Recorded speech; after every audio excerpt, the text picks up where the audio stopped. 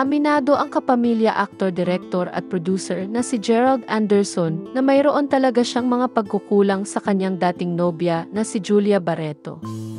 Ayon sa aktor, hindi niya itinatanggi na ang ilan sa mga pagkukulang na iyon ay naging dahilan kung bakit nauwi sa hiwalayan ang ilang taon din nilang relasyon. Sa isang panayam, inilarawan ni Gerald kung paano niya hinaharap ang buhay single ngayon. "Anya, okay naman ako. How is it being single? It's been okay." Ngunit agad niyang nilinaw na hindi ibig sabihin nito ay madali ang lahat.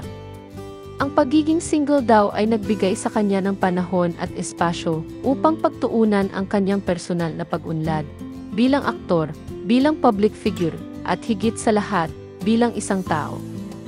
Ibinahagi rin niya na sa kabila ng mga pagsubok at kontrobersya, mas pinipili niyang ituon ang oras sa pagbuo ng kanyang career at pagkatao. Naniniwala siyang walang taong perpekto at isa siya sa mga kailangang patuloy na matuto.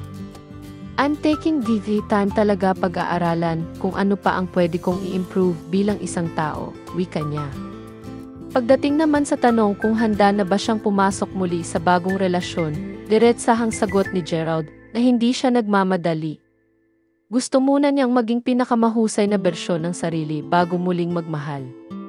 Para sa kanya, mahalaga ang pagiging handa, hindi lamang emosyonal, kundi pati sa responsibilidad na kaakibat ng isang relasyon. Nang tanungin kung ano-ano ang mga pagkukulang o pagkakamaling nais niyang baguhin sa sarili, tumanggi siyang ilahad ang mga ito. "Opo, marami pa," amin niya, "pero hindi ko na iisa-isahin dahil personal ko na iyon.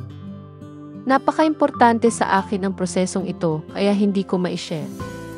Paliwanag pa niya, may mga bagay na hindi nakikita ng tao sa likod ng kamera, mga kahinaang hindi lantad sa publiko, ngunit kailangan niyang ayusin.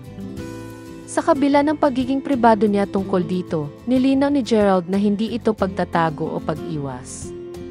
Nais lamang daw niyang bigyang halaga ang sariling proseso ng paghilom at paghubog.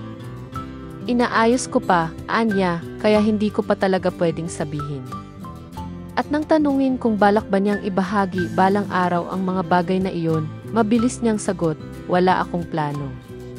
Kasi ako yon, sa bahagi yon ng pagkatao ko."